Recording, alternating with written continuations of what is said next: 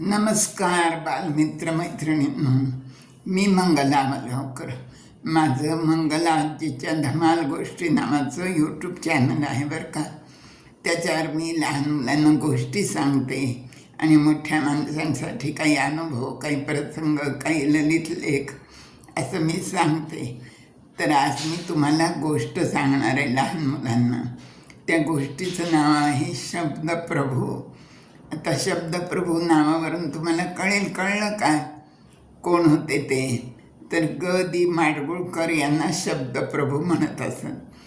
तर त्यांनी कशा करता तर त्यांनी खूप काव्य लिहिलं आणि सर्वात सुंदर आणि वैशिष्ट्यपूर्ण म्हणजे गीत रामायणाची रचना त्यांनी केली.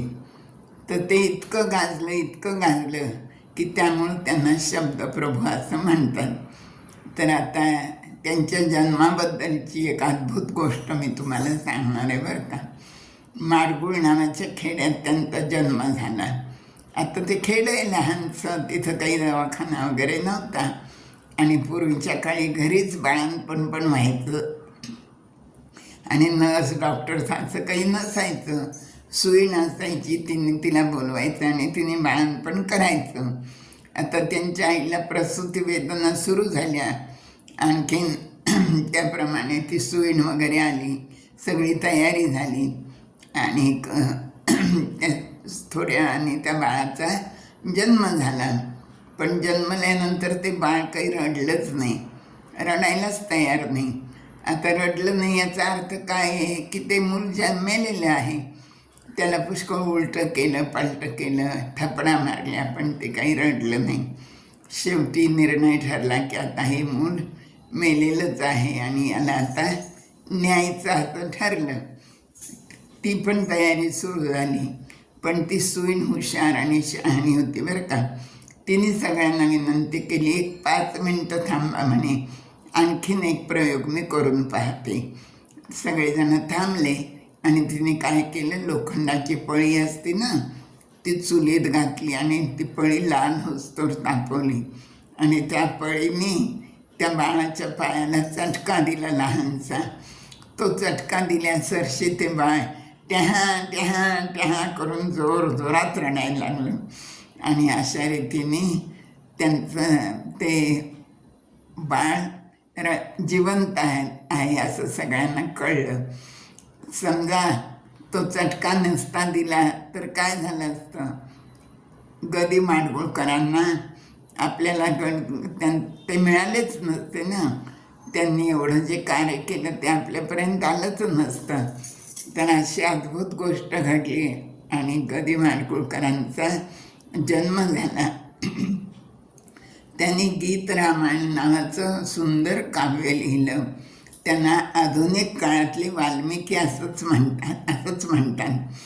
त्यांनी इतकं सुंदर लिहिलं आहे रामायण आणि त्याला चाली लावल्या सुधीर फडक्यांनी आणि गायलंय पण त्यांनीच. तर ते ऐकताना आपल्याला प्रश्न पडतो की यातले शब्द गोड आहेत का सुधीर फडक्यांचा आवाज गोड आहे? याचा निर्णय आपण करूच शकत नाही. इतकं ते दोघांचंही काम तुल्यबळ आहे. यांचे शब्दही तितकेच गोड आहेत आणि सुधीर फडक्यांचा आवाजही तितकाच गोड आहे आणि चाली पण तितक्याच गोड लावलेल्या आहे. तर असे हे ग दी माडगुळकर आणि त्यांचा जन्म. आता त्यांचा मृत्यू तो पण असाच अद्भुत आहे बरं का.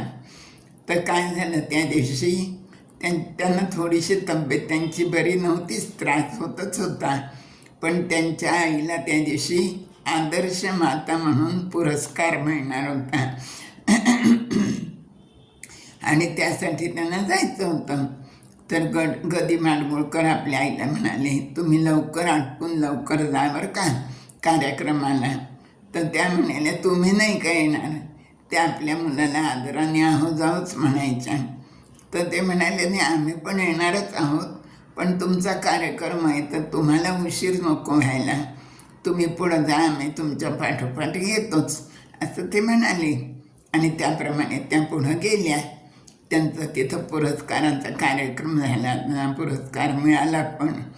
पण इकडं काय झालं, गदी माडगुळकरांची तब्येत एकदम जास्त झाली आणि त्यांना इतका त्रास व्हायला लागला की शेवटी शिवपुरीचे गजानन महाराज त्यांनी त्यांना विनंती केली की महाराज आता सहन नाही होत, मला सोडवा याच्यातून. आणि असं म्हणून त्यांनी आपला देह ठेवला.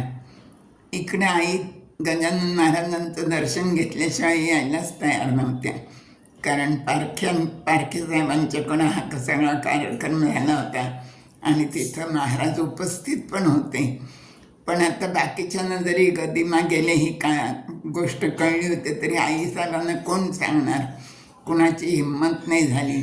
आणि त्या तर महाराजांचं दर्शन घेतल्याशिवाय घरी जायला तयारच नव्हत्या. शेवटी त्यांनी महाराजांचं दर्शन वगैरे घेतलं आणि त्या घरी आल्या बघतात तर काय, आपल्या लाडक्या पुत्राचं, लाडक्या मुलाचं निधन झालेलं. काय वाटलं असेल त्या माऊलीला, कल्पना केलेलीच बरी. असा त्यांचा जन्म पण अद्भुत झाला आणि मृत्यू पण अद्भुतच होता. आणि आधुनिक वाल्मिकी अशा रीतीने हे जग सोडून गेला. असं हे त्यांचं जन्म आणि मरण दोन्ही अगदी अद्भुत आहे. तर ही नवीनच एक गोष्ट मी आज तुम्हाला सांगितली बरं का बालमित्रांनो. तुम्हाला नक्कीच आवडेल ही गोष्ट. धन्यवाद.